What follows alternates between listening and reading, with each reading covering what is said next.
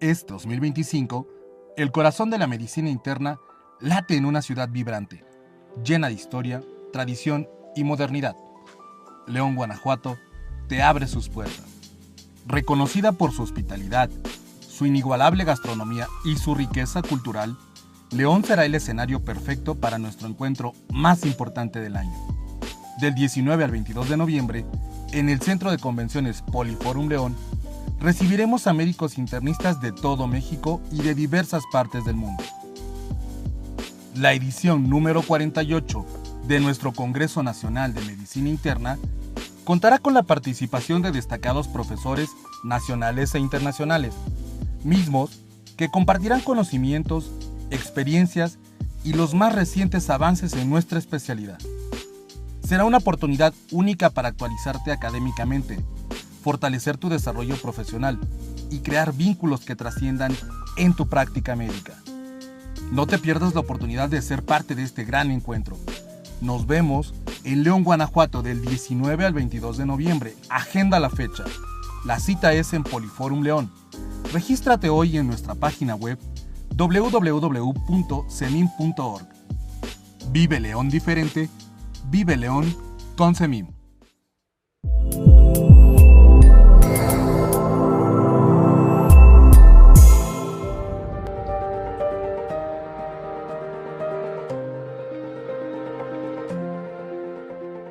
¿Qué tal, queridos compañeros? Es un placer para mí presentar la sesión mensual ordinaria del Colegio de Medicina Interna de México, correspondiente al día de hoy, 29 de octubre de 2025, en el que tendremos la oportunidad de contar con excelentes ponentes para la presentación del tema, que es altamente relevante para la medicina interna. Lleva por título Tamizaje del cáncer de pulmón, una responsabilidad clave del médico internista. Los ponentes serán el doctor Juan Carlos Anda Garay, que es médico especialista en medicina interna con estudios de maestría en ciencias de la salud. Es el jefe actualmente del Departamento de Medicina Interna del Hospital de Especialidades del Centro Médico Nacional Siglo XXI y es profesor de pre y posgrado de la Facultad de Medicina de la Universidad Nacional Autónoma de México. Con él participará en la ponencia la doctora Carla Paola Sánchez Ríos, quien es especialista en neumología clínica por el Instituto Nacional de Enfermedades Respiratorias y tiene estudios de alta especialidad en oncología torácica realizados en el propio instituto y con el aval de la Universidad Nacional Autónoma de México. Ella es actual responsable del programa de detección temprana de cáncer pulmonar, de TCAP, del propio instituto y es miembro de la Sociedad Mexicana de Neumología Clínica y Cirugía Torácica y de la Sociedad Europea Respiratoria, entre otras sociedades. Hoy tendremos el gusto de moderar la sesión de preguntas. Un servidor, el doctor Moisés Casarrubia Ramírez, segundo secretario suplente del colegio, y la doctora Gabriela Jardines de la Luz, segunda vocal. Y estaremos muy atentos a todos los comentarios y preguntas que ustedes hagan al final de la charla. Vamos a ceder la palabra a nuestros ponentes, no sin antes reiterarles nuestro agradecimiento por su participación con el colegio el día de hoy. Muchas gracias y empezamos.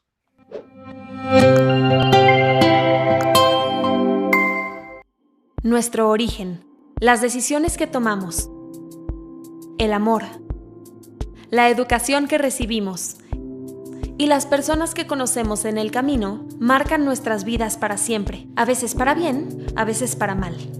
Cada historia es única. Todos somos diferentes. Vivir en un contexto violento, de abusos y carencias, moldea nuestra forma de ser. Se traduce muchas veces en abandono, soledad, adicciones y falta de educación. El conjunto de todo eso a veces nos hace cometer errores, pero todos merecemos una segunda oportunidad para ser mejores. Solo hace falta confiar en esa persona para ayudarla a creer en sí misma. Somos La Cana. Trabajamos con mujeres privadas de la libertad para lograr su reinserción en la sociedad a través de la capacitación laboral, el empleo formal, la educación y la salud mental. Teje con nosotros nuevas oportunidades. Juntos podemos construir un México más seguro. Salir de prisión no siempre significa sentirse libre. ¿Cómo se reconstruye una vida después de la prisión? Muchas salen con heridas invisibles. Abandono, violencia, soledad. Y nadie les enseña cómo sanar. En La Cana abrimos espacios para hablar, sostener y volver a confiar. Desde talleres de salud mental hasta grupos de terapia y acompañamiento individual. Aquí se tejen redes, se restauran lazos, se aprende a vivir sin miedo. Se construye una nueva forma de estar en el mundo. No son solo sesiones, es esperanza y acompañamiento real. Con tu ayuda, esta red de apoyo puede seguir creciendo y llegar a más mujeres dentro y fuera de prisión. Súmate.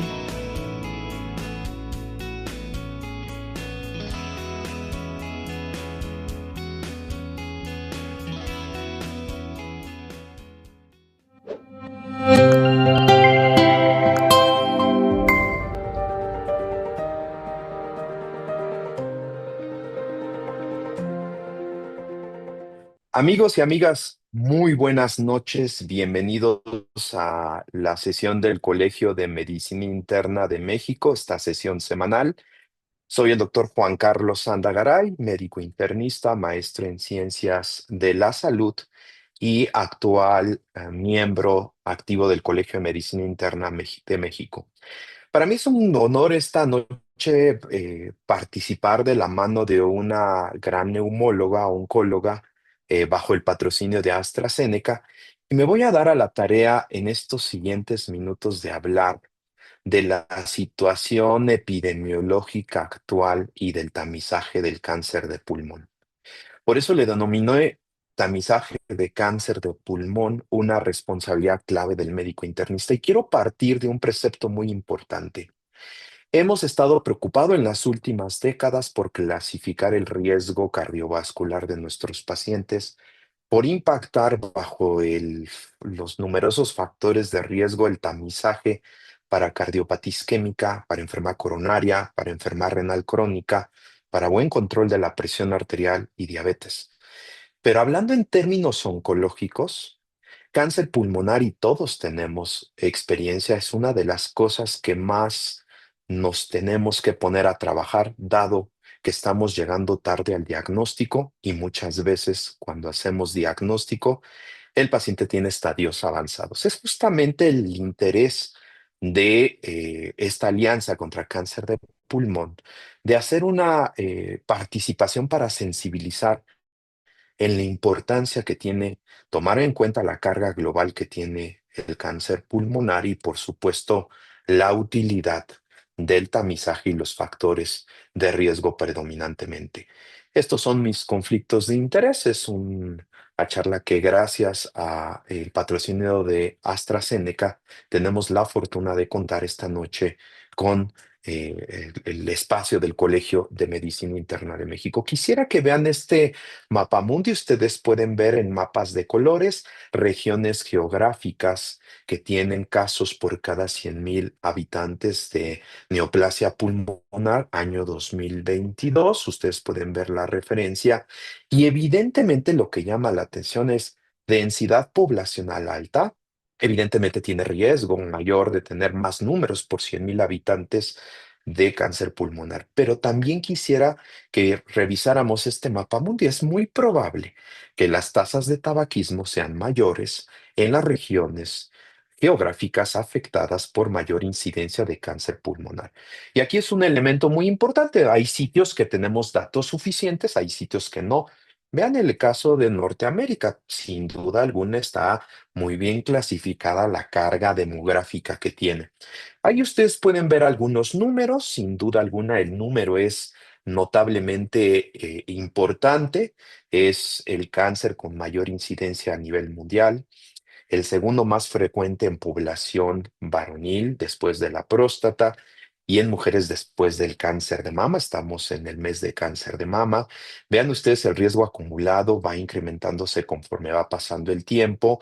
Hay variación geográfica, como ustedes lo pueden ver, y ustedes pueden ver que los casos de mayor número de nuevos casos es en aquella población que tiene un mayor consumo de tabaco y, por supuesto, exposición a neumotóxicos con un efecto oncogénico inminente predominantemente. Entonces, sin duda alguna, ahora vean la mortalidad y este es un elemento importante nuevamente. Quisiera llamar su atención que la mortalidad, hay sitios geográficos, como en el caso de la Unión Americana, que perfectamente está muy bien determinada. Hay áreas que no están perfectamente documentadas a la mortalidad, pero sabemos que es cáncer de pulmón una de las neoplasias que más mortalidad generan. Y simplemente es por el diagnóstico tardío. Ustedes pueden ver en número total de muertes, más de 1.700.000, 18% corresponden a neoplasias por cáncer. Y ya ustedes pueden ver la casuística tanto en hombres como mujeres, como ocupa una parte muy importante. Y conforme va pasando el tiempo, va superando incluso a medida que se han diversificado se han incrementado los casos, pero sin duda alguna, en el contexto de pulmonar, nos falta mucho camino que recorrer. ¿Qué pasa con nuestro país? Vean en esta gráfica de Frente Unido contra el Cáncer de Pulmón, es la cuarta causa de muerte más frecuente por cáncer. Ahí ustedes pueden ver a lo largo del tiempo y dividido por géneros y en total la incidencia, los nuevos casos y la mortalidad. Y ustedes pueden ver que solo 1.2%, y aquí viene el gran área de oportunidad, son detectados de manera temprana, 16% con enfermedad localmente avanzada y vean ustedes, la mayoría tienen actividad metastásica extrapulmonar cuando son detectados, siendo el factor de riesgo más importante el tabaco. Sabemos que podemos dividirlo en neoplasia de células no pequeñas, vean ustedes que es el más frecuente. Y ahí hay diferentes subtipos de acuerdo a la histología: carcinoma de células grandes, carcinoma escamoso, que corresponden en su mayor parte a la clasificación adenocarcinoma. Y ya sabemos que el cáncer de pulmón de células pequeñas es menor porcentaje, tiene más traducción de diseminación temprana, tiene mucha posibilidad de hacer síndromes paraneoplásicos, que es una de las cosas que nosotros vemos en medicina interna. Pero quisiera rematar esta diapositiva con esta imagen. Vean la punta del iceberg. Nuestra punta del iceberg es el diagnóstico tardío de neoplasia pulmonar. Es la detección de una fase avanzada. Va nuestro paciente con factores de riesgo, una valoración preoperatoria y vemos un nódulo con características malignas. Iniciamos el abordaje, pero tenemos mucha población con factores de riesgo que no son sometidos a tamizaje. Entonces, esta es una parte muy importante. Diagnóstico tardío es la cúspide de nuestro iceberg. Y debajo hay, sin duda alguna, que influye que la anatomía terminal tiene, pues en el parénquima pocas terminaciones nerviosas, entonces no duele. Sin duda alguna, también influye esta cultura de prevención por parte y conocimiento de la enfermedad por parte del paciente. Y sin duda alguna, en la parte inferior, muchos de los síntomas son inespecíficos y, por supuesto, la traducción no es de manera inmediata en pensar en una neoplasia pulmonar. Y entonces esto genera la percepción que tenemos una patología altamente compleja, de larga evolución, pero con muchas manifestaciones iniciales inespecíficas, que cuando son típicamente ya probablemente estén en una etapa avanzada, ya sea una lesión estructural o el paciente que tiene síndrome consultivo de hemoptisis o el paciente que tiene hemoptisis. Muy probablemente ese paciente está en una etapa avanzada. Ustedes pueden ver los factores de riesgo, no es el interés revisar cada uno de ellos, pero es una condición multifactorial que sin duda alguna impacta la situación geográfica, la genética, pero lo más importante son los factores exposicionales adquiridos, siendo el más común, por supuesto, el tabaco, siendo el más común la presencia de una neumopatía inflamatoria previa, siendo común la exposición ocupacional y muchos otros factores que pueden fomentar. Pero ahí viene lo complejo de las enfermedades cuando son multifactoriales. Establecer el peso correcto de cada una de las variables. Sabemos que en esta patología el tabaco es un elemento muy importante y el factor ocupacional. Y esto es lo que determina una de las características para hacer tamizaje.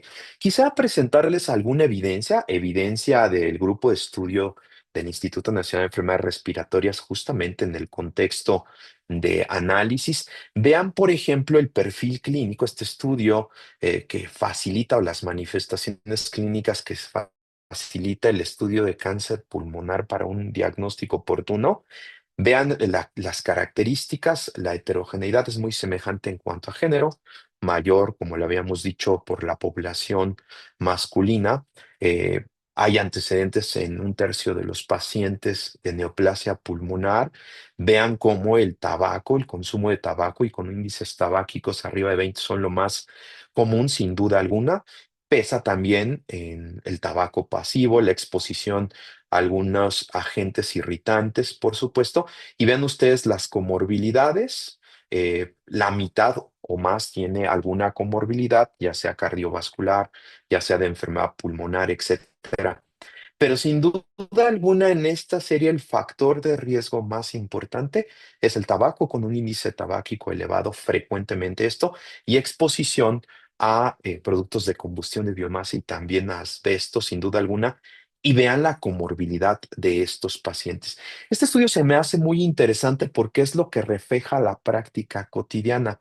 Vean la medida de asociación para tener justamente probabilidad de tener una neoplasia pulmonar. Y vean ustedes que las manifestaciones más significativas, que es pérdida de peso, que es pérdida de apetito, que es trombocitosis, que es hemoptisis, no se presentan frecuentemente en los casos.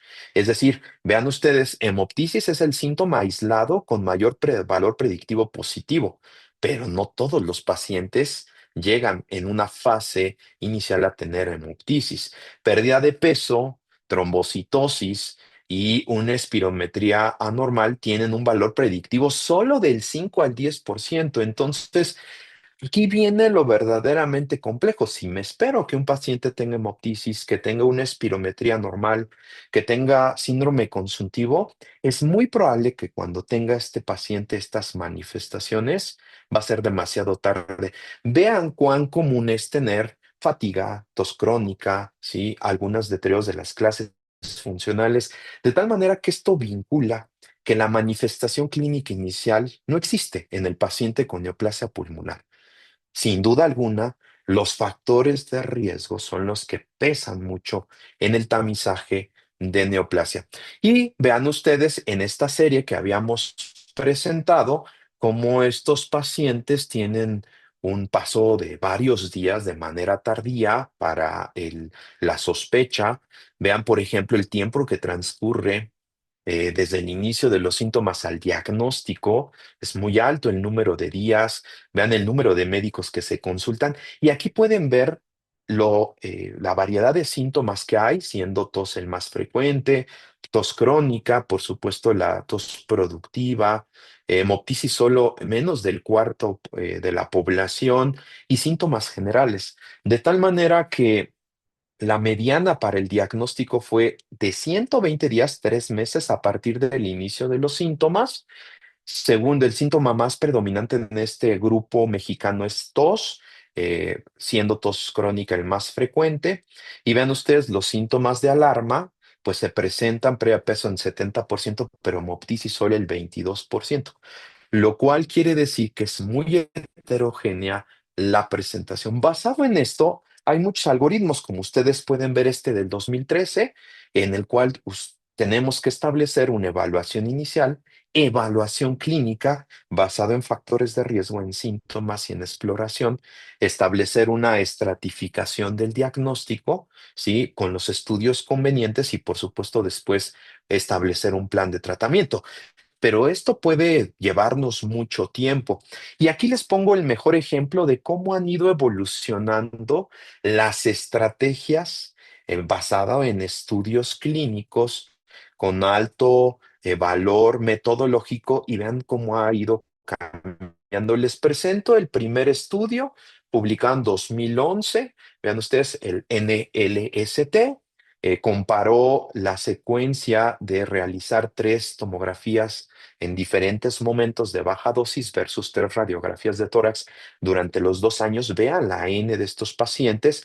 Ahí ustedes pueden ver el rango de edad. Vean ustedes el índice tabáquico, más de 30 paquetes año, y característicos sin comorbilidades graves. Cuando vemos las curvas de sobrevivencia, tomografía de baja dosis con radiografía de tórax, sin duda alguna, estos pacientes que se siguen con tomografía disminuyen la probabilidad de muerte en un 20% por un diagnóstico precoz. Conforme fue pasando el tiempo, este estudio del 2020, el estudio Nelson, ustedes pueden ver misma población, pero cambian el corte del índice tabáquico, como ustedes lo pueden ver en número de paquetes, pero también en temporalidad, haciendo más estricto este corte. ¿Sí? Sin suspensión del tabaco, menos de 10 años, sin comorbilidades graves. Ustedes pueden ver que 4 tomografías secuenciales de baja dosis versus no hacer el tamizaje durante 5 años en esta población que solo tiene la edad y tiene el índice tabáquico como carga importante de factor de riesgo, no representa una disminución del 24% de mortalidad versus al grupo control. Y el estudio MILD, un año antes, este nos demostró ahora la comparación a lo largo del tiempo de tomografías subsecuentes de baja dosis, de alta resolución de baja dosis, por lo menos 5 versus a 3 radiografías estacionarias. Evidentemente tenemos un riesgo de disminución de mortalidad en aquellos pacientes del 39%. Estos 3 estudios han cambiado nuestra concepción del tamizaje. Debemos tamizar a los pacientes por factores de riesgo utilizando tomografía de baja dosis porque precisamente tenemos la oportunidad de incidir en un diagnóstico temprano e impactar de manera significativa. Ahí están algunos criterios. Ustedes pueden ver, grupo 1, aquellos pacientes con historial de tabaquismo, más de 30 paquetes año, edad entre 55 y 74, se pueden beneficiar. Grupo 2, pacientes que tienen antecedente de tabaco con más de 20 paquetes año, de 50 años o más, y un factor de riesgo adicional, sea de la propia exposición, sea de presentar una enfermedad inflamatoria, sea de presentar una comorbilidad que tienda un impacto en el pulmón. Y estos son los algoritmos ahora que nosotros vemos, ¿no? Este es uno de los tantos ejemplos. El paciente tiene algún síntoma o tiene factores de riesgo. Vean ustedes, y aquí creo que nos muestra muy bien cómo ha ido cambiando. Evidentemente aquí se comenta solicitar una radiografía de tórax. Ahora con la evidencia sabemos que una radiografía de tórax queda en desventaja para poder detectar lesiones mínimas. Y el objetivo justamente de presentar esto, es ir viendo cómo ha ido evolucionando justamente este cambio de concepción, que el tamizaje de cáncer pulmonar mediante tomografía evidentemente es una estrategia de salud pública y debemos de intensificar para el control. Entonces, con estos estudios quedamos y se quedó definido que el uso de radiografía de tórax como instrumento para establecer tamizaje de cáncer pulmonar no es del todo válido, y también la citología del esputo también es una estrategia que no tiene un valor predictivo positivo.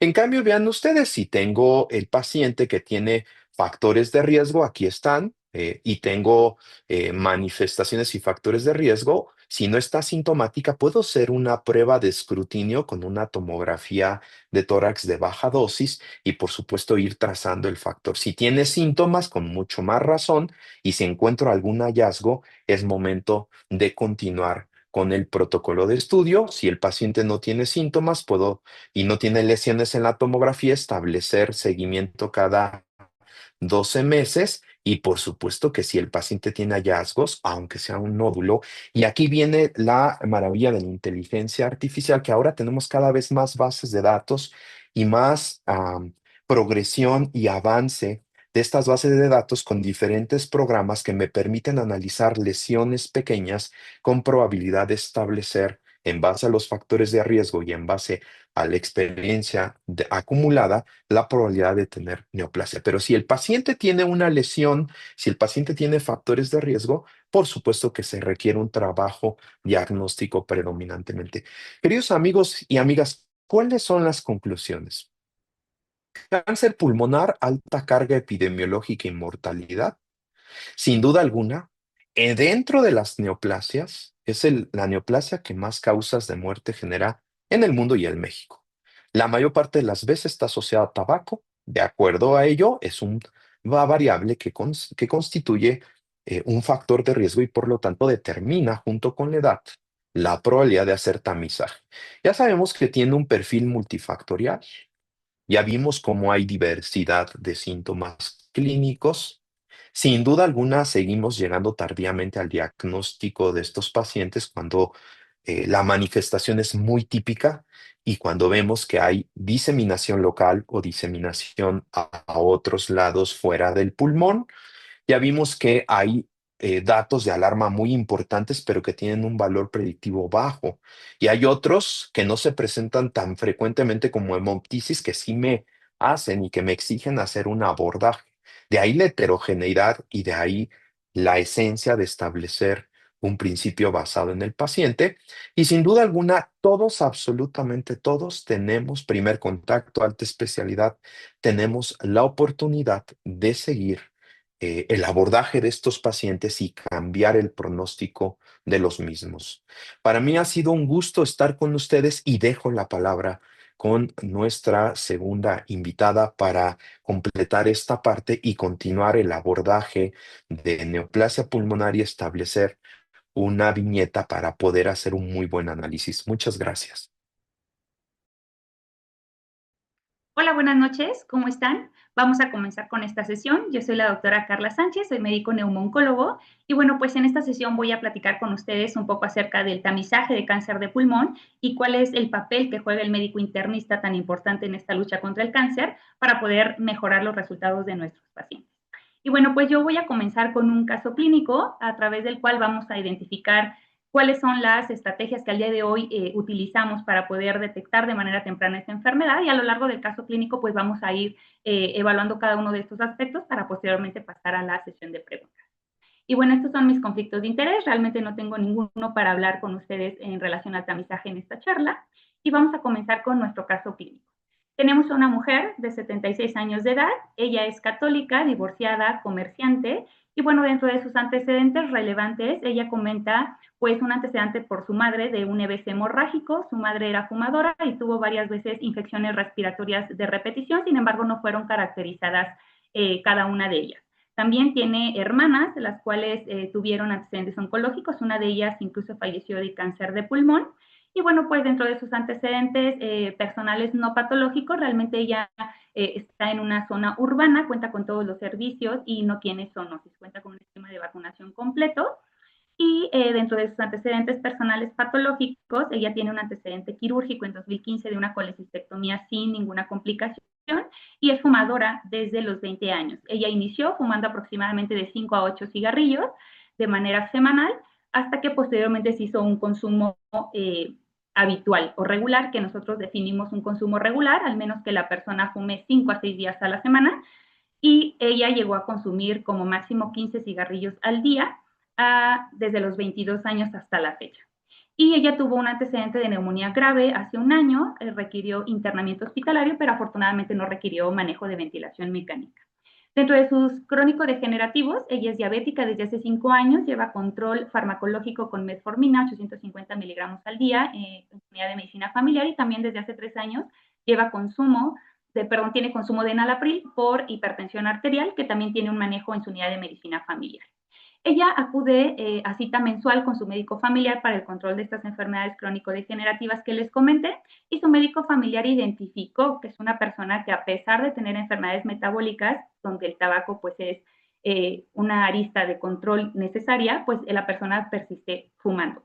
Ella al ser interrogada por su médico familiar de si le interesaría dejar de fumar, ella responde que sí, por lo cual su médico familiar encuentra que está motivada y decide enviarla a una clínica de tercer nivel para ser evaluada en la clínica de tabaquismo. Es como ella llega al Instituto Nacional de Enfermedades Respiratorias, donde se realiza un abordaje de persona fumadora. Cabe destacar que en estas consultas del instituto, todos los pacientes se les realiza una radiografía, la cual estaba normal en ese momento. A la exploración física por el personal de la clínica de tabaquismo realmente no encontraron nada importante o relevante a la exploración física. Lo que hicieron fue corroborar de manera objetiva que la persona persistía con el antecedente de fumar, es decir, no solamente en la identificación al cuestionario, sino también identificaron que había cotinina en orina y que tenía CO2 exhalado en 30 partículas por millón, que esas son maneras objetivas de demostrar que una persona persiste fumando. Muchas veces los fumadores, cuando nosotros interrogamos, algunos nos dicen la verdad, algunas veces no nos lo dicen, pero tenemos de manera objetiva formas para demostrar que esa persona sigue consumiendo tabaco y bueno, pues se identifica que la persona es adicta a la nicotina. Se realiza la evaluación del paciente fumador en esta clínica, que como ustedes pueden ver, se realizan varios cuestionarios para identificar si esta persona pues tiene predictores de éxito para una terapia para dejar de fumar. No solamente es que la persona quiera dejar de fumar, sino tenemos formas de demostrar que hay predictores, que es el momento ideal para iniciar una terapia con esa persona y lograr el éxito de la abstinencia al tabaco. Se realizaron cuestionarios de motivación, de dependencia, de abstinencia, de depresión y de ansiedad, que son comorbilidades importantes en todas las personas fumadoras. Y se identificó, aquí les pongo los resultados de todos estos cuestionarios, lo cual cataloga a la persona como persona con predictores de éxito y por lo cual se inició una terapia para dejar de fumar en ese momento. Los predictores de éxito para dejar de fumar son la motivación alta, que ella no había decidido por sí sola dejar de fumar, es decir, ella no lo había intentado, y eso es importante porque muchos pacientes sin una asesoría completa pues no logran dejar de fumar y recaen, y ese es un predictor de fracaso. Si es que la persona vuelve o intenta volver a fumar, pues seguramente va a caer nuevamente en la dependencia. Entonces, al identificar que esta persona en ese momento de la evaluación tenía predictores de éxito, es que se identifica con una persona que debe iniciar tratamiento en esa consulta y se le propone la terapia más efectiva con la cual contamos en la actualidad, que es la terapia trimodal. ¿A qué se refiere una terapia trimodal en tabaco? Bueno, se refiere a una terapia que incluye la terapia cognitivo-conductual por psicólogos o psiquiatras expertos en adicciones y también la terapia farmacológica con dos vertientes de tratamiento. Tratamientos que sustituyen nicotina por un lado, como en este caso la persona fue candidata a parches, y terapia farmacológica que no sustituye nicotina, que en este caso fue el bupropión. Y bueno, pues identificó a la persona como una persona candidata para el programa de tamizaje de cáncer de pulmón, por lo cual fue referida. Es decir, una vez que escaló de su médico familiar a la clínica de tabaquismo, se identificó que la persona también cumplía los criterios de tamizaje, por lo cual fue canalizada con nosotros. Ya con nosotros en la clínica de tamizaje de cáncer de pulmón, quiero que vean cómo es la manera actual e integral en la que realizamos el tamizaje de cáncer de pulmón. Nosotros realizamos una evaluación clínico-funcional de la persona. Muchas veces seguramente ustedes han escuchado o han leído que las estrategias de tamizaje de cáncer de pulmón incluyen la tomografía de pulmones. Sin embargo, en la actualidad se ha visto que no solamente es la tomografía la que nos va a llevar al éxito de encontrar el cáncer en etapas tempranas, sino es una estrategia integral donde incluso realizamos evaluaciones clínico-funcionales donde le ayudamos a la persona a dejar de fumar, a evaluar cómo están sus bronquios y pulmones después de todo ese tabaco que ha consumido en los últimos años, y realizamos un programa pues integral de cese de tabaco, de evaluación funcional, que al día de hoy nos ayudan a mejorar el diagnóstico de cáncer, porque esto tiene un impacto negativo entre siga fumando la persona o entre más obstruidos o más daño tengan sus bronquios por haber fumado. Eso confiere todavía más riesgo, aunque yo haga las tomografías, para identificar el cáncer. Entonces, esta persona se verificó, como vamos a ver más adelante, que cumple los criterios de ingreso al programa. Se le realizó su espirometría, que como ustedes saben es una prueba de evaluación funcional respiratoria, es una prueba de evaluación mecánica, no se requiere más que un espirómetro en consultorio. Y bueno, documentamos que esta persona ya tenía daño bronquial y que por el resultado de la prueba, como la pueden ver ustedes ahí, que tiene un patrón obstructivo sin responder al broncodilatador, esto es compatible funcionalmente con la famosa EPOC, enfermedad pulmonar obstructiva crónica, en este caso secundaria a fumar, en un grado leve, fue lo que nos dijo la prueba. Y bueno, pues en ese momento que estamos diagnosticando incluso que la persona venía por un problema para identificar un cáncer, se está encontrando otra enfermedad y que hoy las estrategias de tamizaje nos sirven incluso para un tamizaje conjunto, no solamente para cáncer de pulmón, sino para identificar enfermedades respiratorias obstructivas, en este caso como es la EPOC. Y bueno, pues se le solicitó a esta persona su tomografía de baja dosis. También en estas consultas de tamizaje, cuando ya son realizadas en centros de tercer nivel, donde el equipo multidisciplinario realiza el tamizaje, donde hay neumólogos, radiólogos, rehabilitadores pulmonares, fisiólogos respiratorios, radiólogos torácicos, oncólogos médicos, pues damos, como les comenté, una evaluación más integral y funcional de la cuestión respiratoria, porque al final esto pues es lo que detona el cáncer. La inflamación crónica en la vía respiratoria es lo que al final va a activar la cascada de carcinogénesis. Entonces, este tipo de estrategias donde evaluamos también la cuestión respiratoria o bronquial nos ayuda a poder impactar de manera positiva. Si nosotros identificamos EPOC y tratamos de EPOC, pues eso nos ayuda a disminuir el riesgo per se que tiene esa persona fumadora, pues porque estamos atacando la inflamación crónica en sus bronquios con tratamiento inhalado.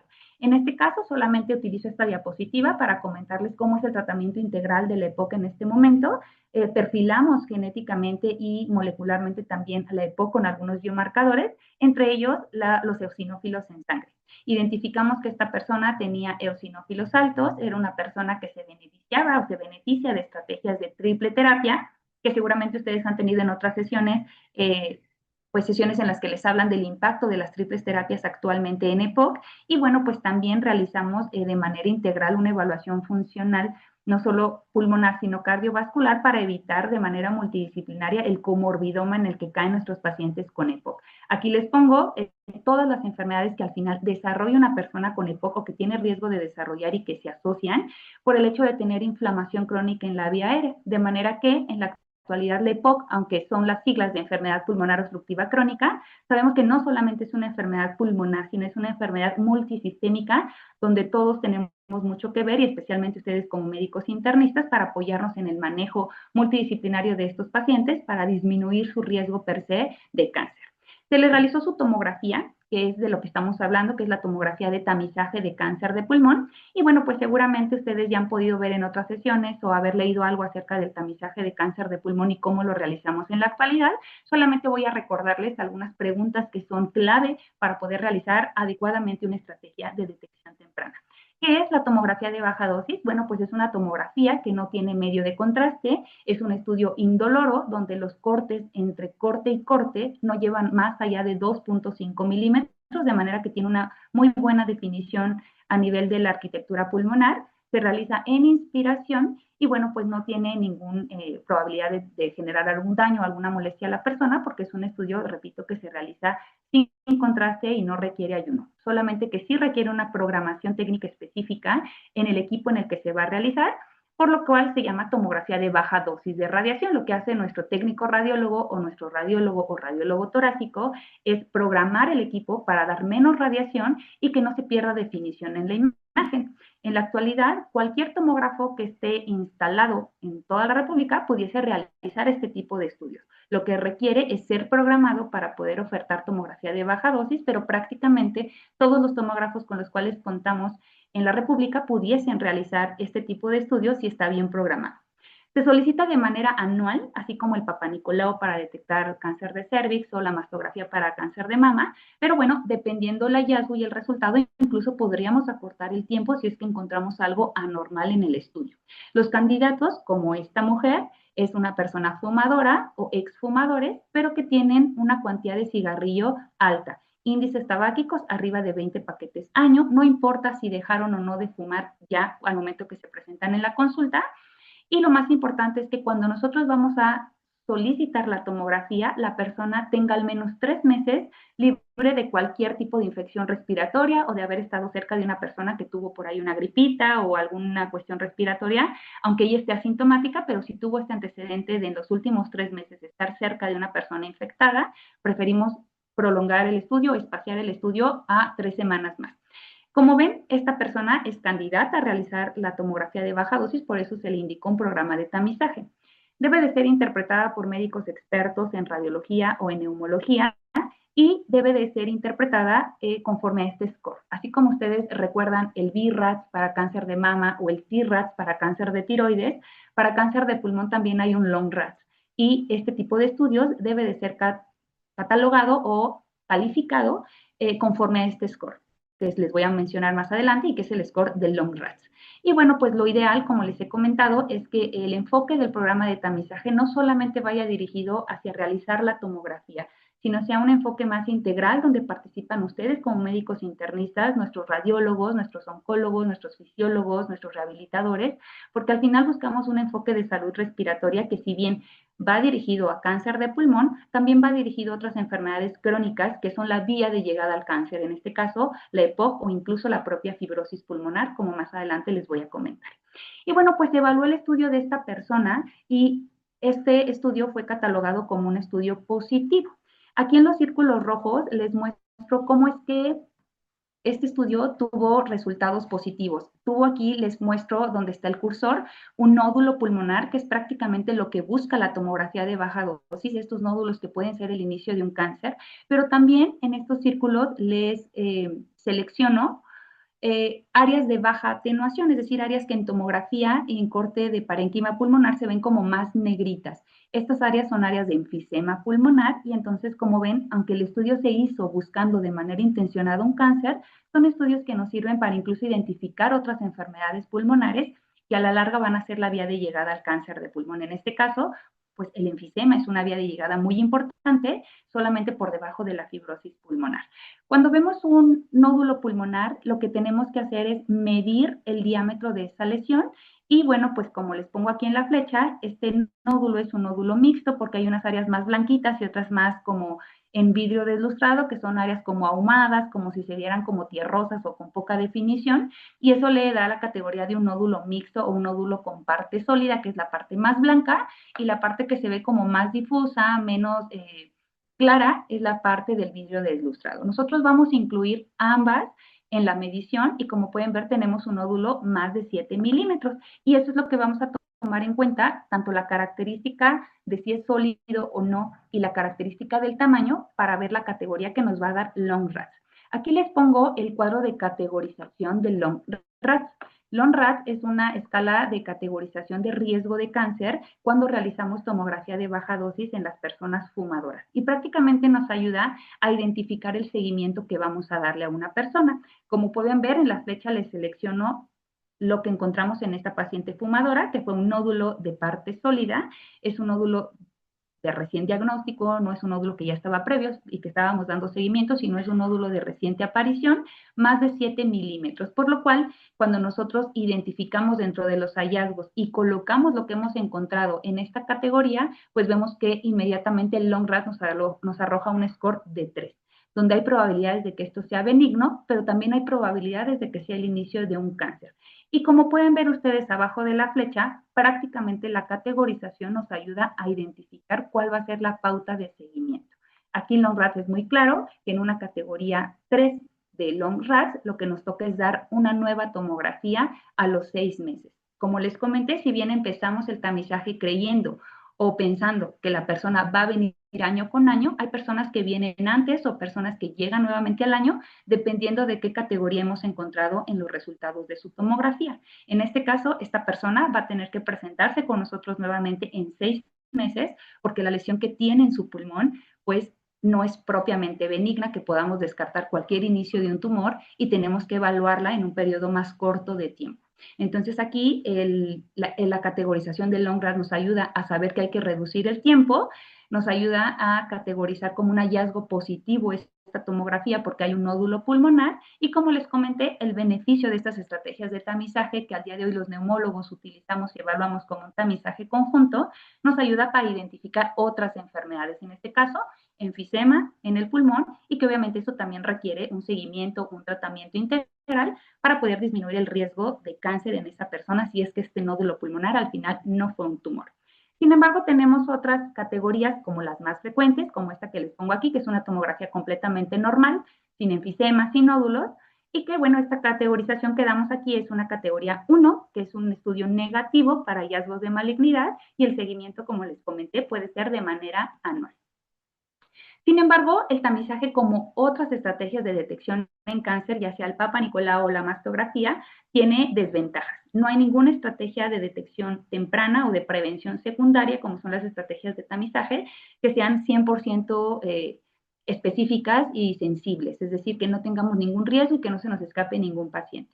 En relación al cáncer de pulmón, tenemos estas desventajas que son descritas en la actualidad de nuestras estrategias de tamizaje con tomografía de baja dosis y que, bueno, nos encontramos trabajando para mejorar los resultados. La primera de ellas es los falsos positivos, es decir, nódulos que nosotros estamos siguiendo o que incluso acortamos el tiempo de la imagen, como en esta persona a 6 meses o a 3 meses, y que al final resulta que desaparecieron o que biopsiamos y no fue cáncer, es decir, pacientes que estamos haciendo de más, pero bueno, al día de hoy logramos disminuir esos falsos positivos, empezamos con un 55% de falsos positivos y hoy en la actualidad vamos con estas estrategias de tamizaje en un 11%.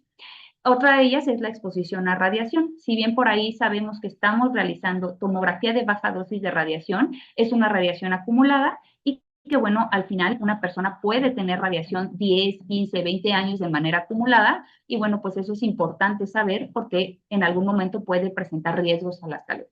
La ansiedad en los pacientes de saberse fumadores y que sus imágenes de pulmón no son normales y que esto puede ser el inicio de un tumor maligno, eso genera bastante efecto emocional en las personas que están en el abordaje de un cáncer de pulmón. Entonces, lo que necesitamos hacer aquí, o en lo que hacemos, es trabajar dentro del equipo multidisciplinario con personal que sabe llevar la psicoeducación de los pacientes que están en riesgo de una enfermedad maligna, que tienen adicción a una droga, en este caso como es la adicción al tabaco, para poder mejorar este tipo de efecto emocional hasta que logramos llegar al diagnóstico final. El sobrediagnóstico, que es encontrar y curar un tumor en una persona que no iba a impactar, es decir, esa persona por otras comorbilidades iba a tener otros resultados en la salud o incluso iba a fallecer por otra enfermedad, pero nosotros encontramos y curamos un tumor. Eso es el sobrediagnóstico. Al día de hoy está del 8 al 15% en estas personas fumadoras y, bueno, pues trabajamos por mejorar estas estrategias y selección de pacientes para reducir el sobrediagnóstico, pero es una realidad que sigue habiendo personas que operamos y curamos y que ya sí van a tener otros desenlaces en la salud por otras condiciones médicas. Y por último, y el más importante de las desventajas del tamizaje de cáncer de pulmón actual, es la no inclusión de personas no fumadoras. Lamentablemente, como mencionamos ahorita, ¿quiénes son candidatos? Y lo vimos muy claramente, fumadores con índices tabáquicos altos, aunque sabemos que hay muchas personas que al día de hoy son diagnosticadas con cáncer de pulmón y que nunca fumaron. Lamentablemente, en la actualidad, aunque estamos trabajando por incluirlos, no hay ningún estudio a nivel internacional que avale en estrategias de salud pública se incluya a las personas que no fuman. En México y Latinoamérica tenemos un 43% de personas que reciben el diagnóstico de cáncer de manera anual y que nunca fumaron, es decir, casi es un volado el riesgo de tener cáncer o no asociado a fumar. Sin embargo, bueno, pues lamentablemente los estudios no han demostrado costo-efectividad a largo plazo en estas personas que no fuman, pero nos encontramos trabajando en ello para posteriormente poder incluirlas como estrategias de salud pública y que podamos incluirlos de manera pues generalizada en todos los programas de salud a nivel nacional e internacional. ¿Qué otras desventajas ¿Qué otras ventajas, hemos encontrado en este tipo de evaluaciones de tamizaje de cáncer de pulmón? Bueno, pues como les comenté previamente, nos ayudan estas estrategias a mejorar la carga de enfermedades respiratorias crónicas no transmisibles porque son estrategias de tamizaje conjunto. Hemos podido mejorar la selección de pacientes sumando la espirometría y haciendo un seguimiento de cese de tabaquismo para poder incluso disminuir la carga de POC, disminuir la carga de efectos cardiovasculares por persistencia de tabaco y, bueno, pues son estrategias que al día de hoy nos ayudan. Específicamente me gustaría comentarles cómo es que una estrategia de tamizaje en la actualidad para cáncer de pulmón puede encontrar el famoso pre-EPOC o el EPOC temprano, cuando incluso la espirometría todavía está normal. Podemos tener personas con mucha carga de tabaco, es decir, que tienen el riesgo de EPOC, pero que la espirometría está normal. La tomografía en este sentido nos ayudaría para identificar algunas otras alteraciones, como es el propio enfisema o propias alteraciones imagenológicas de POC, aunque la espirometría todavía esté normal. Es decir, nos ayuda incluso a detectar de manera temprana esta enfermedad, que es una enfermedad también crónica no transmisible a nivel de la vía respiratoria y que tiene una carga importantísima de costos en salud. Y por otro lado, también está la parte del diagnóstico de la fibrosis pulmonar.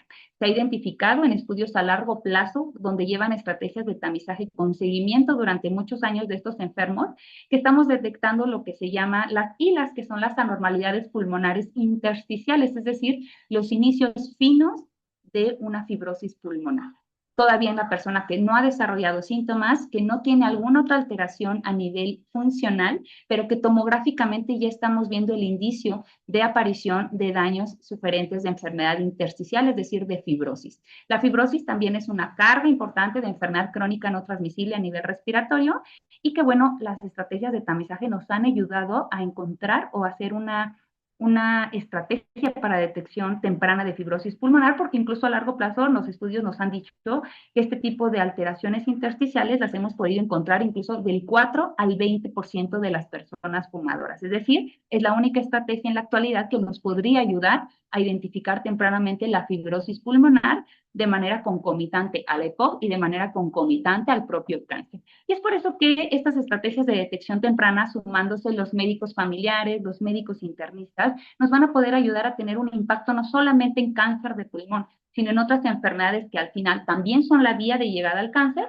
y que al día de hoy cobran bastante recurso a nivel de salud pública por el tratamiento, como es la fibrosis y la EPOC. Y al final, como les comenté, si yo las encuentro de manera temprana y las trato en ese momento, pues seguramente el riesgo de cáncer de esa persona va a disminuir porque ya estamos impactando en las comorbilidades que al final van a ser la vía de llegada a los tumores.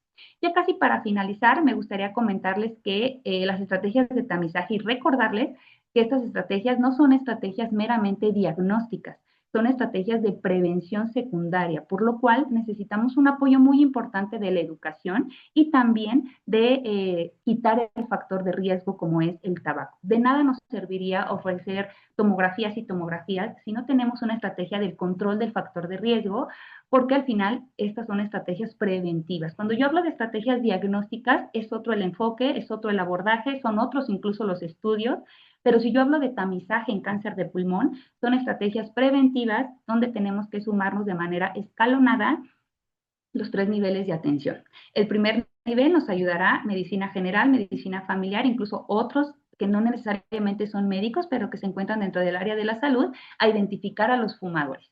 En el segundo nivel, donde o pretendemos apoyarnos bastante con ustedes como médicos internistas y subespecialistas afines, es identificar si efectivamente esa persona cumple criterios de tamizaje, empezar a hacer un poco de educación con el consejo breve y empezar a sugerir los estudios de tomografía de baja dosis y el contexto integral del tamizaje de cáncer de pulmón ya en un centro especializado como son los terceros niveles. De nada nos sirve en los terceros niveles tener toda la tecnología si realmente el paciente no está llegando, si no estamos sumando esfuerzos para poder impactar en la prevención y poder hacer un control adecuado de todas estas enfermedades y lo más importante, pues del cáncer de pulmón de manera orgánica. Y bueno, pues me gustaría también recordarles este dato que es clave. Requiero hacer 300 tomografías de baja dosis en personas de riesgo para salvar una vida. Y cuando yo hablo de cuántas imágenes se requieren o de cuántos pacientes requiero para poder impactar en uno, pareciera que esto no es costo efectivo. Sin embargo, los estudios desde el 2011 demostraron que esto es costo efectivo y que incluso es más costo efectivo que el tamizaje de cáncer de mama. Sin embargo, al cáncer de pulmón no se le ha dado la visibilidad adecuada, pues porque está el estigma de que la persona se lo busca, pues está el estigma porque ella fuma y le hemos dicho que deje de fumar y no quiere, pero hay que entender a la persona como un adicto.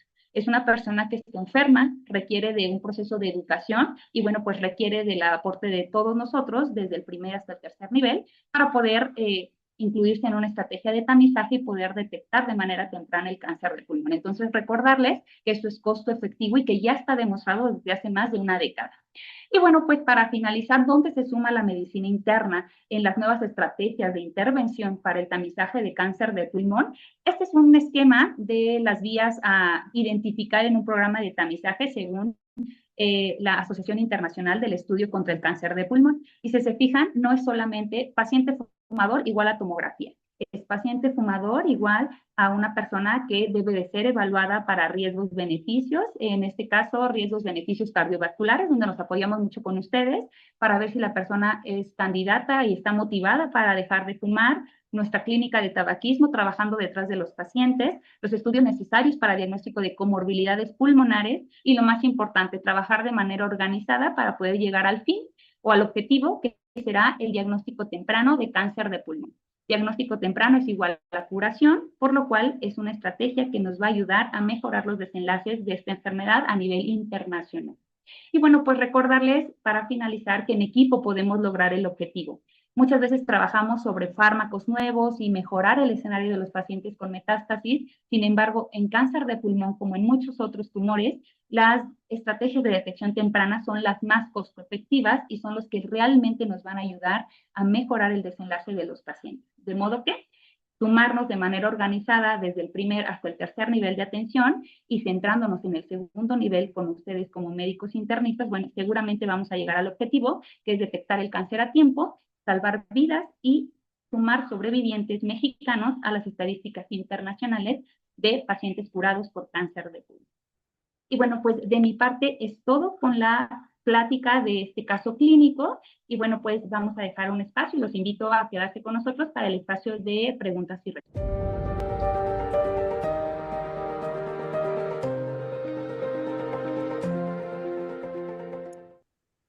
Hola, muy buenas noches, Moisés. Buenas noches, doctor Juan Carlos. Y buenas noches, doctora Sánchez Ríos. El día de hoy nos han deleitado con una excelente, brillante exposición. Y lo primero que hacemos, como cada una de nuestras reuniones, es saludar a todos los que nos están viendo desde diferentes estados de la República Mexicana. Les damos una cordial bienvenida a Veracruz, desde Nachital, gracias por acompañarnos, Guadalajara, Monterrey, Nuevo León, Ciudad de México, en las diferentes alcaldías, Estado de México. Y mientras estamos esperando ansiosos sus preguntas, les queremos recordar que próximamente nos vamos a ver en el Congreso en el mes de noviembre. Dentro de las actividades académicas vamos a tener nuestro segundo torneo de ajedrez. Están cordialmente invitados, no hay necesidad de que sean unos expertos. El asunto es convivir, pasar un buen rato y tener una fraternidad. También a la caminata, que en esta ocasión va a tener una causa que es luchando por la vida en pro del trasplante. ¿Tenemos por allá alguna pregunta, Moy? Sí, ya tenemos algunas preguntas. En primer lugar, esta pregunta va dirigida específicamente para la doctora Sánchez Ríos y tiene que ver con el uso de biomarcadores séricos, que pregunta el doctor José Manuel Flores, y específicamente el doctor Arieta también nos pregunta específicamente el caso del biomarcador cifra 21.1, específicamente para el cáncer de pulmón de células escamosas. Bueno, no sé si pudieran decirnos algo al respecto. En primer lugar, la doctora Sánchez, y si el doctor Anda quiere complementar alguna información adicional. ¿Qué sabemos de estos biomarcadores? ¿En qué contexto podemos considerar su uso? ¿Qué utilidad tienen? Perfecto. Sí, en relación a cáncer de pulmón, tenemos actualmente un panel de 4 biomarcadores serológicos. Dentro de ellos se incluye cifra 21 y bueno, algunos otros como enolasa y demás. Tenemos 4 biomarcadores.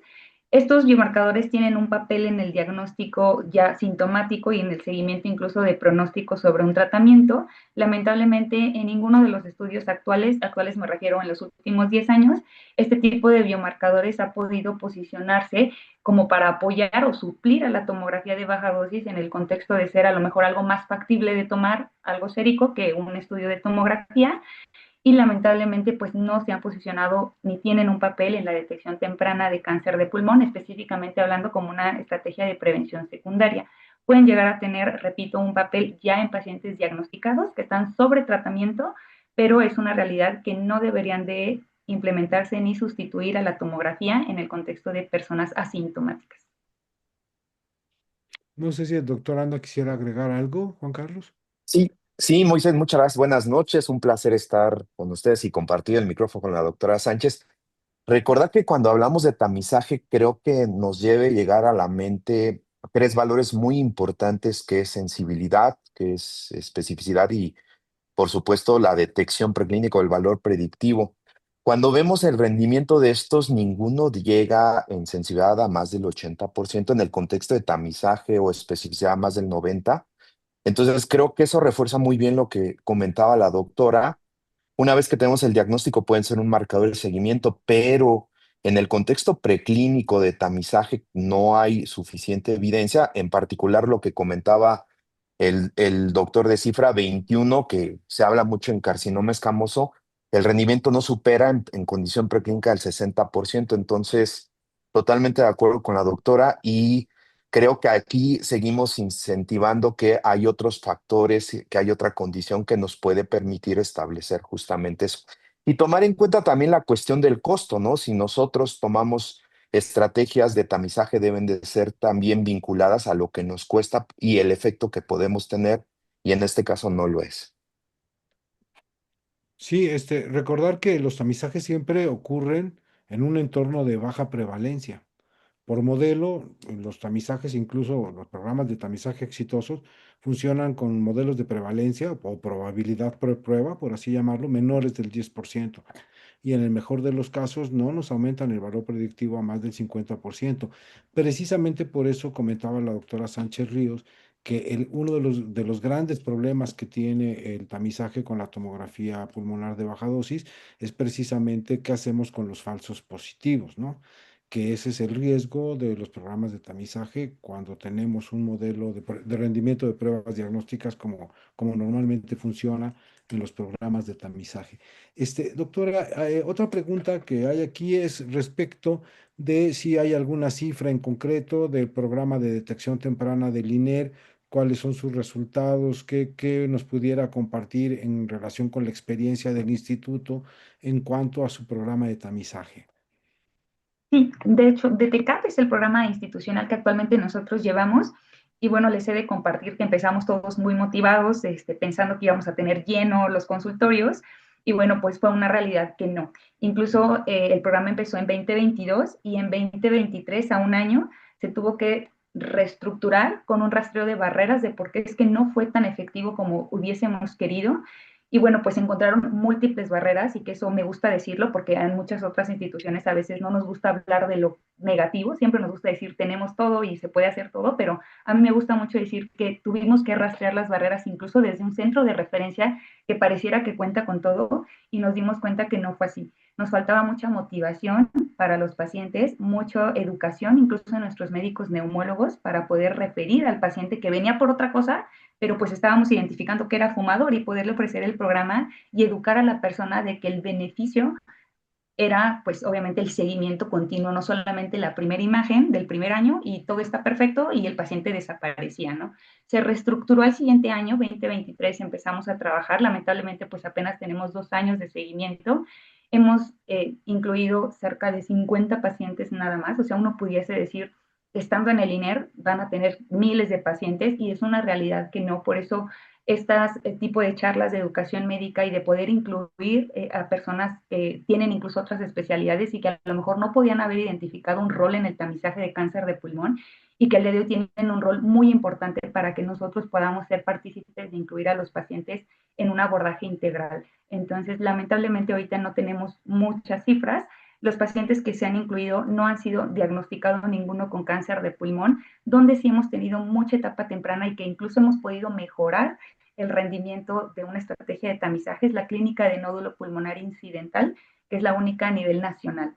Esta clínica recibe pacientes con nódulo independientemente de la edad, independientemente de si fuman o no, y este nódulo se evalúa en el contexto de riesgo de malignidad. Ahí sí hemos encontrado en personas jóvenes, en personas no fumadoras, en personas incluso con antecedentes heredofamiliares de otros tumores, que tienen nódulos malignos, siendo el inicio de un cáncer de pulmón, y que afortunadamente esta clínica ha podido operar y curar de cáncer, pero es un escenario completamente distinto. Esta persona está ingresando por un hallazgo tomográfico ya identificado y no viene sobre una estrategia de tamizaje. Consideramos que ambas son buenas estrategias para la detección temprana de cáncer, pero definitivamente nos falta trabajar mucho en el contexto del tamizaje per se en la persona asintomática.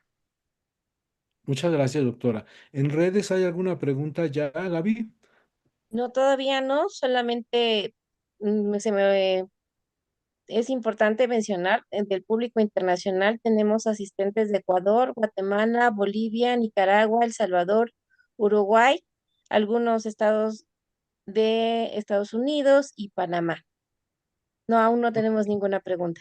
Aquí en el chat tenemos ya algunas otras preguntas. Tenemos una pregunta de nuestra compañera Rosalía García que comenta que está relacionado con algo que comentaba ya la doctora Sánchez Ríos en el sentido de que uno de los límites que tiene el programa de tamizaje, tal como está estructurado ahora desde un punto de vista de costo-efectividad, es el tema de que no se incluyen a los no fumadores. Y la doctora Rosalía nos hacía la pregunta de que si había protocolos de detección temprana en pacientes que tenían exposición a biomasa. Es decir, ¿hay alguna estrategia específica de tamizaje en no fumadores, aunque no sea necesariamente la que se está implementando en el INER o en algunos otros países? ¿Conoce usted, doctora o doctor Anda, si hay estrategias de tamizaje en pacientes con factores de riesgo no tabáquico? Sí, de hecho, el programa Detecto del Instituto de Cancerología, ellos sobre esta línea asistencial del tamizaje de cáncer de pulmón en fumadores, ellos sí llevan una línea de investigación. Ellos incluyen pacientes con EPOC, EPOC no tabaco, puede ser humo de biomasa o EPOC por alguna cuestión laboral.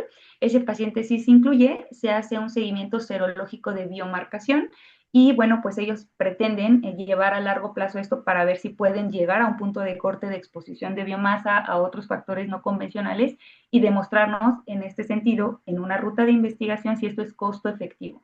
Seguramente va a ser costo efectivo, sin embargo, la gran limitación que tenemos ahorita es que hay que recordar que para poder incluir a los pacientes, lo primero es la buena selección.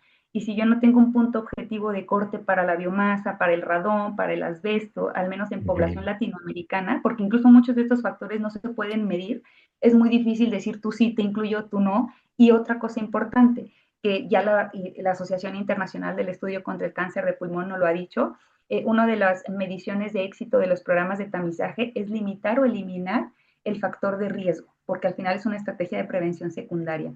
Y difícilmente a nivel de políticas de salud podríamos ahorita cubrir a esos 4 millones de personas que se exponen a biomasa con estufas domiciliarias o con un programa de este tipo para eliminar el factor de riesgo.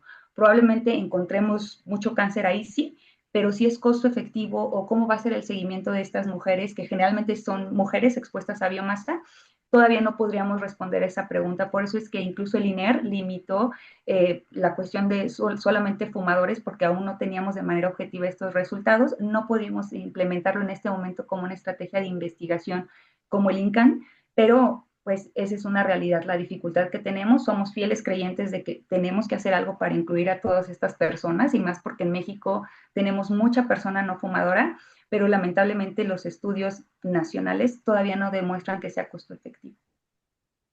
Perfecto.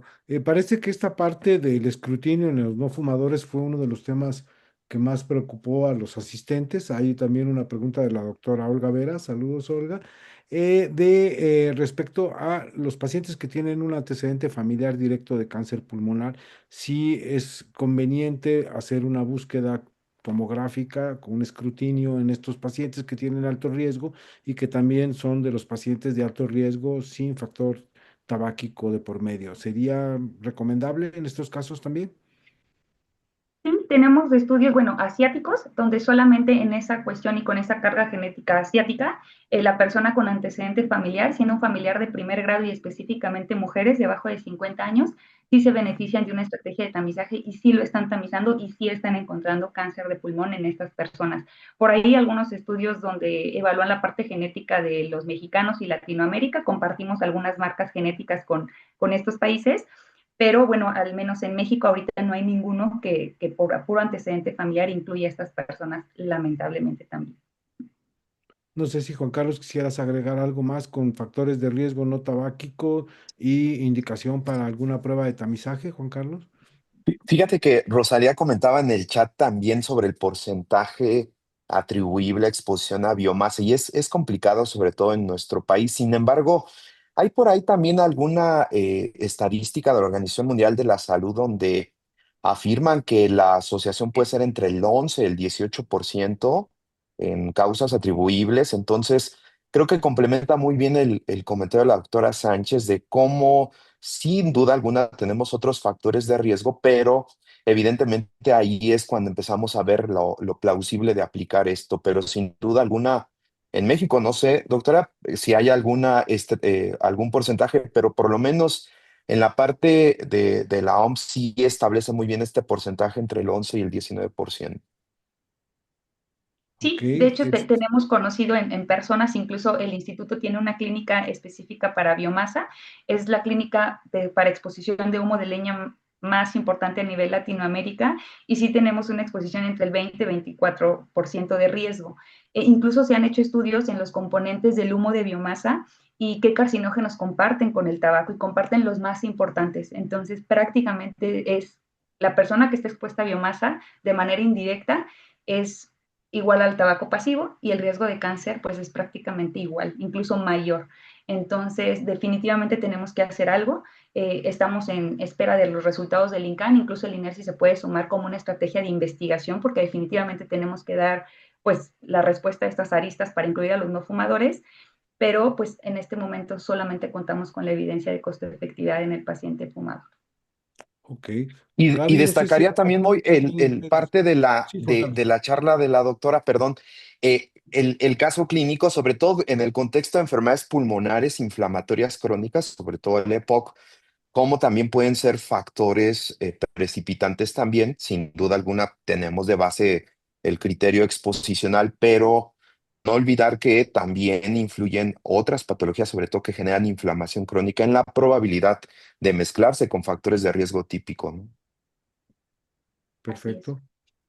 ¿Tenemos preguntas en las redes sociales, Gaby? Así es. Nos hablan Adelante. sobre la doctora María de Lourdes, felicita a ambos ponentes y nos pregunta que si en algún momento del tamizaje se justificaría una broncoscopía o una citología bronquial. ¿En qué momento se pudiera justificar esto? Sí, la citología no, igual ya lo comentaba el doctor, pues este tipo de estudio ha dejado de tener un papel en la detección temprana de cáncer, pero en qué momento sí cambia la estrategia de ser una estrategia de prevención secundaria a una estrategia diagnóstica cuando está el nódulo pulmonar, es decir, en el hallazgo positivo, y de hecho este es el algoritmo de manejo en el INER, entra por tamizaje, mientras la tomografía esté bien, sigue en esta clínica, una vez que se encuentra un hallazgo positivo, pasa a la clínica de nódulo pulmonar, donde ya el equipo multidisciplinario todavía es más amplio, porque ya incluye a los tomadores de biopsia. Broncoscopista, radiología intervencionista, cirugía torácica por videotoracoscopía y cirugía robótica. Entonces, sí, en ese momento, cuando ya hay un nódulo pulmonar que debemos de llevar a diagnóstico, en ese momento viene la parte de abordaje para toma de biopsia. Perfecto. ¿Alguna otra pregunta en redes, Gaby? No. Tenemos Y aquí en el chat dos preguntas muy parecidas a las que ya se desahogaron. Creo que no vale la pena repetir la respuesta. Hay una pregunta que sí es interesante porque hace referencia a un paciente con índice tabáquico mayor de 20, mayor o igual a 20, pero que está en la ventana limítrofe de 10 a 15 años de haber dejado de fumar. ¿Qué sería lo recomendable? ¿Hasta cuándo continuar con el tamizaje en estos casos que están en la ventana temporal de disminuir su riesgo por su tiempo de haber dejado de fumar? No sé qué nos puedan decir los ponentes al respecto. En las últimas actualizaciones, porque al final si nosotros buscamos criterios de tamizaje, hay muchas guías, las guías quirúrgicas, las guías neumológicas, las guías oncológicas, pero digamos que si todas se centraran y pudiésemos decir como algunos criterios en particular, ahorita es que sean asintomáticos arriba de los 50 años, índices tabáquicos arriba de 20 y ya no tomamos en cuenta la abstinencia. Incluso si esa persona tiene 10, 15, 20 años de haber dejado de fumar, las estadísticas nos dicen que su riesgo per se de cáncer no disminuye y debiese ser incluido todavía en el tamizaje. ¿Qué va a ser la limitante de en qué momento ya no lo voy a tamizar? Y también en un momento se pensó si era la edad, Realmente la edad no es la función pulmonar. Por eso es tan importante las pruebas de función pulmonar en estas personas, porque si desde que ella viene o quiere ingresar al programa la función pulmonar ya está limítrofe y esa persona no tolera una cirugía curativa de cáncer, en ese momento cumple los criterios actuales de exclusión. No se beneficia del tamizaje porque aunque yo encuentre el tumor, no lo voy a poder operar porque no es candidato a una cirugía de ese tipo y en ese momento se limitaría. Hay pacientes que están en 80, 85, 90 años y la función pulmonar está perfecta, aunque no lo pareciera, ¿no? Uno diría fumó todo mucho tiempo y ya el envejecimiento y demás. Pues no, la función pulmonar se mantiene y esa persona se beneficia de seguir haciendo tamizaje de cáncer de pulmón. Caso contrario, personas de 50, 60 años que la genética no les jugó a favor y la función pulmonar se cayó, en ese momento, aunque no tengan 80 o 90 años, ya no es candidato a seguir el tamizaje porque ya la función pulmonar no nos permite una cirugía curativa, una cirugía de resección, y estos serían como los criterios actuales de inclusión y de exclusión para el tamizaje. Sí. ¿Algo que agregar, Juan Carlos, de lo que comentó la doctora? No, totalmente de acuerdo y creo que ahí no determina la opción del tamizaje el número de años de haber cesado el tabaco, sino justamente el historial y por supuesto las características propias del paciente. Porque cuando analizamos estos estudios, pues es muy heterogénea la edad. Hay pacientes incluidos desde los 50 hasta los 84 años de edad y sin duda alguna el factor decisor es justamente el impacto funcional que pudiera tener este paciente. Sí, o sea, algo que hay que recordar es que el objetivo final de este programa de tamizaje es la sobrevida, ¿no? Por eso no Mm. solamente es que sean posiblemente candidatos a un tratamiento curativo, sino también en este caso que estén motivados para dejar de fumar, porque si el daño va a progresar, pues el diagnóstico temprano no va a corregir el pronóstico funcional. En ese caso, esto es lo que explica la integralidad a la que se refería la doctora Sánchez Ríos en el sentido de que el programa de tamizaje involucra todo un cambio que permita un pronóstico funcional favorable. Es correcto. Bien, creo que ya no hay más preguntas en el chat. No sé si en las redes tengamos algo adicional, Gaby. No, ninguna, muy. Bueno, pues no sé si quisieras agregar algo, Gaby, o despedir la sesión. Estamos atentos. Pues muchas gracias, Juan Carlos, muchas gracias, doctora. Creo que es muy importante hablar de detección de cualquier enfermedad. Creo que es una parte fundamental de nuestra labor y no denostar ningún tipo de detección, porque realmente, como bien lo decía la doctora en la plática, como que el cáncer pulmonar está como que ahí perdido en el espacio y creo que es muy importante, ¿no? Porque no nada más tenemos al fumador, tenemos a la mujer, a la de campo a donde los accesos de salud son limitados y tenemos que realmente enfocarnos a tener una calidad de vida con estas personas, que veamos esa parte de ser empáticos con los pacientes que van a tardar mucho tiempo en ir a un centro, porque desgraciadamente pues estamos hablando pues de un hospital de tercer nivel, ¿no? Pero eso no sucede en todo nuestro país, entonces creo que es muy importante tener bien en cuenta a qué paciente tenemos que derivar y que realmente eso que va a gastar va a redituar en su calidad de vida, en su sobrevida y que realmente esto tenga el impacto que debe de tener, ¿no? No sé si quieran agregar algo más, pero yo creo que es algo muy importante que nos están dejando el día de hoy.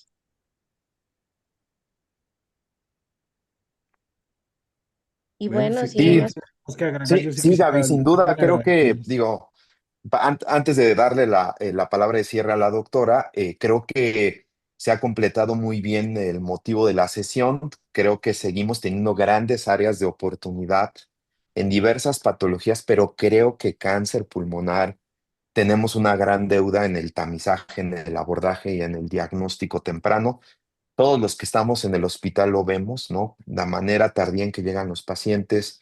Revisamos los pacientes que tienen múltiples factores de riesgo, nos enfrentamos a diferentes dificultades, pero sin duda alguna el cúmulo de efecto positivo se va haciendo a raíz de que vayamos cambiando nuestra perspectiva y que vayamos moviendo este gran sistema para poder darle un beneficio más claro al paciente y estructurado, ¿no?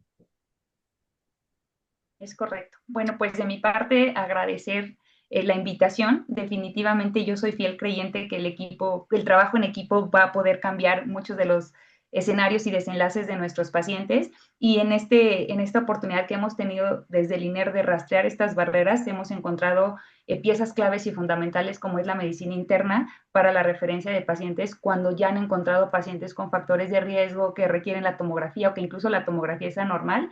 Incluso podemos ver la manera de navegar pacientes si requieren apoyo de la institución, pero bueno, pues no me queda más que agradecer y pues seguir colaborando en prácticas de educación médica continua con ustedes.